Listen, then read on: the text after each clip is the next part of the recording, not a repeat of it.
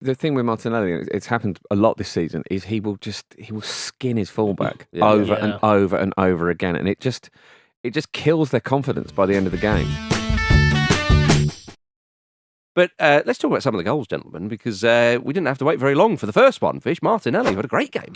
He did, yeah. He's so selfless, and I think that when he came through, obviously a lot of people said some very nice things about him. Even Jurgen Klopp talked about him as like a generational talent.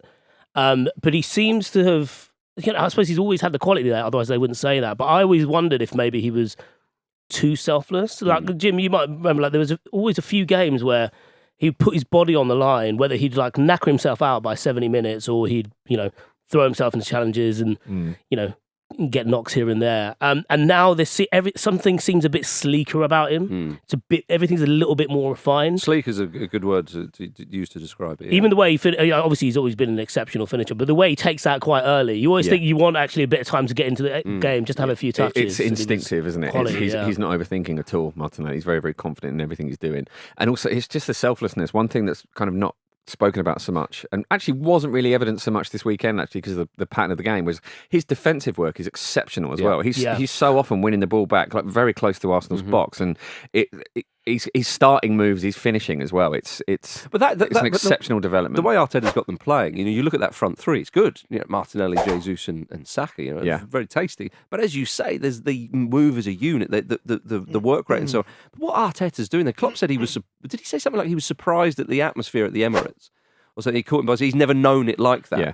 And this is something that you've talked about, Vish, you as well at the Emirates, how it is alive in a way that perhaps it's never been. I think it's confident as well. That's part of the difference. Key part of the game, and I think we even said it on Friday. It would be. I think we said on Friday that the left hand side of Arsenal will be key. Martinelli was obviously a big part of that, and we can talk about Trent in a minute. But my take on Martinelli is perhaps a little bit different to the guys. My take on Martinelli is he's probably the best kind of explainer of how the environment's changed at Arsenal.